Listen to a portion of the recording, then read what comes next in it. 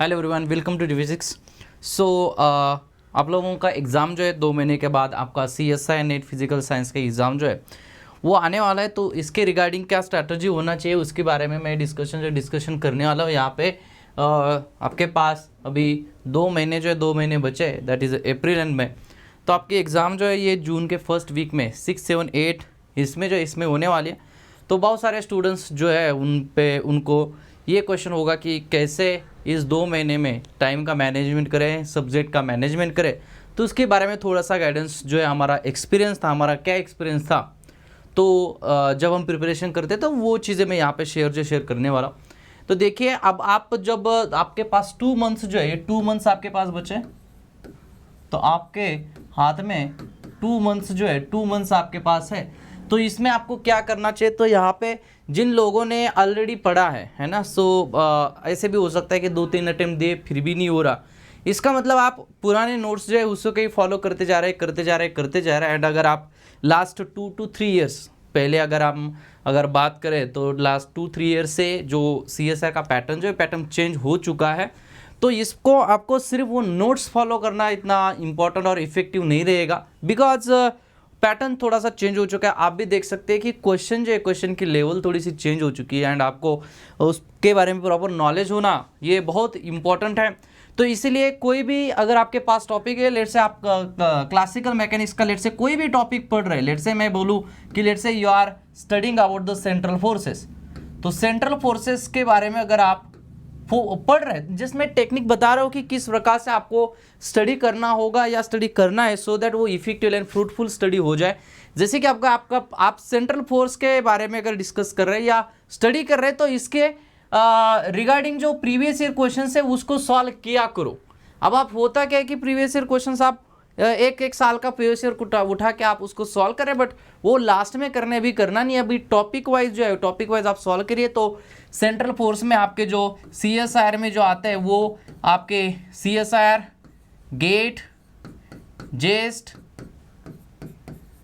TFR, तो ये जो एग्जाम्स हैं इन एग्जाम्स के प्रीवियस ईयर क्वेश्चन जो है प्रीवियस ईयर आपको करना है। ऐसा नहीं है कि हम CSIR का एग्जाम दे रहे हैं तो सिर्फ CSIR का ही प्रीवियस ईयर क्वेश्चन करेंगे, ऐसा नहीं है। क्योंकि ये देखा गया है कि जेस का जो कंसेप्ट है, कॉन्सेप्ट यूज करके कोई एक क्वेश्चन बनाया जाता है, फ्रेम किया जाता है, वो CSIR में पूछा जाता है। अगर आपके पास प्रीवियस ईयर क्वेश्चन पेपर है तो आप जब प्रीवियस ईयर क्वेश्चन सॉल्व करोगे तब आपको आइडिया आ जाएगा कि मॉडिफाई करके क्वेश्चन आपको एग्जाम में पूछे जाते हैं। तो दिस इज वेरी इंपॉर्टेंट। तो टॉपिक वाइज आप स्टडी करिए। अब यहाँ पे जैसे कि क्लासिकल का हो गया, तो ये जो आपका सेंट्रल फोर्स लेट से मैं जस्ट बता रहा हूँ, तो इसके शॉर्ट नोट्स जो है शॉर्ट नोट्स बनाना भी बहुत ज़रूरी है, क्योंकि एग्जाम के टाइम पे आपको सिर्फ ये नोट्स जो है ये नोट्स देख के जाना है, सो दैट आपको ज़्यादा रिवीजन करने की जो बड़े बड़े बुक्स है उसकी रिवीजन करने की ज़रूरत नहीं है। तो ये जो नोट्स है नोट्स करिए। अलॉन्ग विद दिस देखो, जैसे कि मैं बात कर रहा हूँ कि अलॉन्ग विद दिस, तो यहाँ पे आप CM का जब आप ये पढ़ते हो तो इसके रिगार्डिंग प्रीवियस ईयर क्वेश्चंस तो आप करिए ही करिए, उसके साथ साथ कुछ रेफरेंस बुक जो है रेफरेंस बुक्स के प्रॉब्लम्स दिखे, बस जस्ट सी द प्रॉब्लम्स, है ना। प्रॉब्लम आपको जो है वो देखना है, बिकॉज प्रॉब्लम जब आप देखोगे रेफरेंस बुक से तो आपको एक कुछ ना कुछ आइडिया आ जाएगा। वाई के लिम को आप फॉलो कर सकते हैं, ठीक है, बिकॉज इसमें से कुछ क्वेश्चन जो है एज इट इज़ आपके एग्जाम में आ जाते हैं, तो आप ये यूज कर सकते हैं। तो इस प्रकार से आपको हर टॉपिक के लिए करना है। जैसे कि मैं QM की बात करूँ, MMP की बात करूँ, तो टॉपिक वाइज जैसे कि अगर आपको चाहिए तो मैंने ये जो ग्रुप है हमारा टेलीग्राम ग्रुप, तो इस पर मैं शेयर करता ही रहता हूँ टॉपिक वाइज क्वेश्चन एंड उसके सोल्यूशन। तो अगर आप उसमें ऐड नहीं है तो मुझे इस नंबर पर आप मैसेज कर सकते हैं, मैं आपको टेलीग्राम ग्रुप में जो है ऐड कर दूंगा। तो सो दैट आपको ये जो प्रीवियस ईयर के टॉपिक वाइज क्वेश्चन जो है उसकी PDF विद सोल्यूशन जो आपको मैं टेलीग्राम पे भेजता रहता, तो आपको वो अवेलेबल होगी। तो ये चीज़ है, आपको टॉपिक वाइज स्टडी जो ये आपको करना है। उसके साथ साथ शॉर्ट नोट्स आपको जो है वो बनाना है। अब यहाँ पे बात करें कि सब्जेक्ट्स की, तो आपके मन में ये भी सवाल होगा कि सर हमारे पास 9+1 10 सब्जेक्ट्स है, तो उसमें से क्या करना चाहिए, कितना नहीं किया तो भी चलेगा क्या। तो मैं तो यहाँ पे बोलूँगा कि आपके पास 2 सब्जेक्ट होता है, एक होता है पार्ट ए, तो ये जो पार्ट है ये पार्ट आपका कंपलसरी होना चाहिए, ठीक है। अगर कोई ऐसे सोच रहा है कि यार नहीं मैं पार्ट ए को करूँगा ही नहीं, तो फिर ये आप मत करिए। पार्ट ए जो ये part A is the necessary thing, क्योंकि पार्ट ए बहुत आपको हेल्प करेगा आपको जीआरएफ तक लेके जाने के लिए या रैंक में लेके आने के लिए। जो पार्ट ए जो है, पार्ट ए बहुत इंपॉर्टेंट होता है, तो इसको निगलेक्ट ना करें। पार्ट ए जो है ये आप मैंडेटरी रखें। टोटल नंबर ऑफ सब्जेक्ट्स आपके हैं 9, है ना। तो 9 सब्जेक्ट्स में आप ज़्यादा से ज़्यादा 3 सब्जेक्ट जो है 3 सब्जेक्ट को आप छोड़ सकते हो, ठीक है। बट फॉर व्हाट, अगर आपको क्वालिफाई होना है तो ज़्यादा से ज़्यादा आप 3 सब्जेक्ट, कौन से भी सब्जेक्ट लो जो आपको डिफिकल्ट लगते हैं उनको आप छोड़ सकते हैं। बट बाकी के 6 सब्जेक्ट जो है आपके ऐसे चाहिए कि कोई भी क्वेश्चन आ जाए तो उसमें आप एटलीस्ट 80% क्वेश्चन जो टैकल कर पाए। बिकॉज 6 सब्जेक्ट किया तो 100% सारे के सारे क्वेश्चन आपके करेक्ट आना, इसकी प्रोबेबिलिटी मतलब 101 नहीं हो सकते। दैट्स वाई 80% जो 80% क्वेश्चन आपके से आने चाहिए। रिमेनिंग 6 जो हमारे सब्जेक्ट है, आप 9 में से कौन से भी सब्जेक्ट्स आप यूज़ करिए।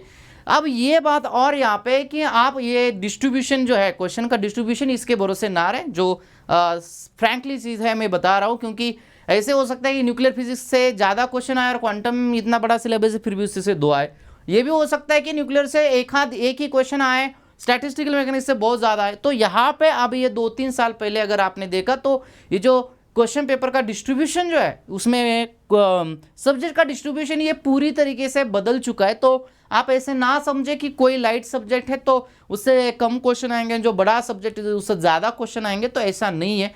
इसीलिए अभी आपको अगर क्वालिफाई होना है तो आपको पहले क्या होता था कि 2-4 सब्जेक्ट भी करके गए अच्छे से तो भाई आपका क्वालिफाई जो होता है, जैसे कि QM, MMP, EMT and CF, अगर ये 4 भी करके गए आप अच्छे से, पहली की बात है, क्योंकि उसमें से आपको QM में से 30-40 मार्क्स आने ही हैं, तो वो फिक्स था। बट अभी फिलहाल के लिए सारी चीज़ें जो है सारी चीज़ें चेंज हो चुकी है। तो इसीलिए आपको मिनिमम 9 में से 6 सब्जेक्ट आपको करना ही पड़ेगा। आप इसमें और सब्जेक्ट्स कम नहीं कर सकते, क्योंकि यहाँ पे हम कह नहीं सकते कि कौन से टॉपिक से कितने क्वेश्चन आएंगे, क्योंकि इसका डिस्ट्रीब्यूशन हमारे पास नहीं है। तो उसको सोचते हुए आपको 6 सब्जेक्ट्स करना है। टॉपिक वाइज जो है शॉर्ट नोट्स आपको बनाना है, and you have to increase your thinking power. तो थिंकिंग पावर आपकी जो है वो इंक्रीज होना चाहिए, एंड वो तभी होगी जब आप नंबर ऑफ प्रॉब्लम सॉल्व करोगे। And number of problem solve करने से पहले आप खुद का ये एनालिसिस करें कि मेरे सारे के सारे प्रीवियस ईयर क्वेश्चन जो है वो सॉल्व मैंने किए कि नहीं किए। जब तक आप ये सॉल्व नहीं करते, प्रैक्टिस क्वेश्चन जो रेफरेंस बुक के क्वेश्चन है उसको हाथ ना लगाइए। बिकॉज प्रीवियस ईयर के क्वेश्चन जब आप सॉल्व करोगे तो ही आपको उसमें बहुत सारे कंसेप्ट मिलेंगे। कभी कभी ऐसा होता है कि ये प्रीवियस ईयर क्वेश्चन जो हमें पता ही नहीं होता कि ये प्रीवियस ईयर में क्वेश्चन था या नहीं था, उसका कंसेप्ट क्या था। हम सिर्फ इजी वाला पार्ट करते हैं, एंड जो डिफिकल्ट वाला पार्ट है उसको हाथ ही नहीं लगाते, है ना। तो आप मे भी जो बहुत पहले से स्टडी कर रहे तो वही नोट्स फॉलो कर रहे हैं, वही सीक्वेंस है और क्वालिफाई नहीं होता। तो यही रीज़न है कि थोड़ा सा चेंज जो है, मॉडिफिकेशन जो है वो करना बहुत ज़रूरी है, क्योंकि CSIR जो अभी पहले जैसा नहीं रहा कि एक ही पैटर्न जो है पैटर्न फॉलो होता है। तो इसके लिए आपको शॉर्ट नोट्स बनाना बहुत ज़रूरी है। उसके साथ पार्ट ए को टारगेट करिए कि 20+ मार्क्स आपके मिलने चाहिए। मतलब 20 क्वेश्चन में से आपके 12 या 13 क्वेश्चंस अटेम्प्ट होने चाहिए। इतना आपको स्टडी पार्ट ए में होना चाहिए। एंड पार्ट बी में आपके पास 2 पार्ट होते हैं, part B and part C. तो पार्ट बी आपका होता है 70 मार्क्स का, एंड पार्ट सी जो है ये आपका होता है 100 मार्क्स का, ठीक है। तो यहाँ पे नेगेटिव सिस्टम का ये सारी चीज़ें आपको पता है। तो यहाँ पे आपको try to make 30 marks here, try to make 30 marks in this paper. तो इस पेपर में आपको 30 मार्क्स जो है 30 मार्क्स आपको जो है वो मिलना चाहिए। एंड यहाँ पे आप ट्राई करिए कि आपको 60 to 70 marks out of 100, 60 to 70 marks जो 60 to 70 मार्क्स आपको आने चाहिए। तो यहाँ पे आपको पता है कि यहाँ पे नंबर ऑफ क्वेश्चंस होते हैं आपके 25, यहाँ पे आपके नंबर ऑफ क्वेश्चंस होते हैं 30। तो उसके अकॉर्डिंग आप सोच सकते हैं कि कितने क्वेश्चंस आपको अटेम्प्ट करना है। तो ये जो है ये आपका टारगेट अचीव करने के लिए अभी फिलहाल के लिए 6 सब्जेक्ट्स का स्टडी होना बहुत ज़रूरी है ना। क्योंकि अगर आपका 6 सब्जेक्ट्स का स्टडी, तो ऐसे भी हो सकता है कि 3 सब्जेक्ट से ही आपको ये मिल जाए, बट हमें पता नहीं है कि एग्जामिनर जो है वो कौन से सब्जेक्ट से कितने क्वेश्चंस जो है वो लेने वाले। सो उसका अंदाज़ा हमें नहीं है। सो दैट्स वाई आप जो है आप 6 सब्जेक्ट कौन से भी करिए और उसका तरीका क्या होना चाहिए, टॉपिक वाइज। लेट्स से आपका एमएमपी चल रहा है तो फूरियर ट्रांसफॉर्म चल रहा है, तो फूरियर ट्रांसफॉर्म की थोड़ी सी थ्योरी पढ़ लो, थ्योरी पढ़ने के बाद प्रीवियस ईयर क्वेश्चंस आप सॉल्व करो, and previous year question solve करने के बाद प्रैक्टिस क्वेश्चन सॉल्व करो, देन दूसरा टॉपिक उठाओ, ठीक है। तो इस प्रकार से आपको स्टडी करना है। एंड पहले जब तक ये होता नहीं है तब तक आप प्रैक्टिस क्वेश्चंस के पास ना जाइए, क्योंकि ये बड़े इंपॉर्टेंट रोल है ये सारे एग्जाम के, क्योंकि इससे ही कॉन्सेप्ट फ्रेम होकर आपका क्वेश्चन आपका बनता है। तो टॉपिक वाइज क्वेश्चन मैं टेलीग्राम पे भी भेजता रहता हूँ, तो ये नंबर है, अगर आप टेलीग्राम चैनल पे अगर ऐड नहीं है तो इस नंबर पे मुझे मैसेज करिए, मैं टेलीग्राम ग्रुप पे आपको ऐड कर दूंगा, ठीक है। So that's it. तो ये था थोड़ा सा छोटा सा स्ट्रैटेजी मैंने जो बताया, जो 2 मंथ के लिए आपके लिए, आई होप ये काफ़ी हेल्पफुल रहेगा, ठीक है। So thank you so much, I love you, bye bye, take care and happy learning.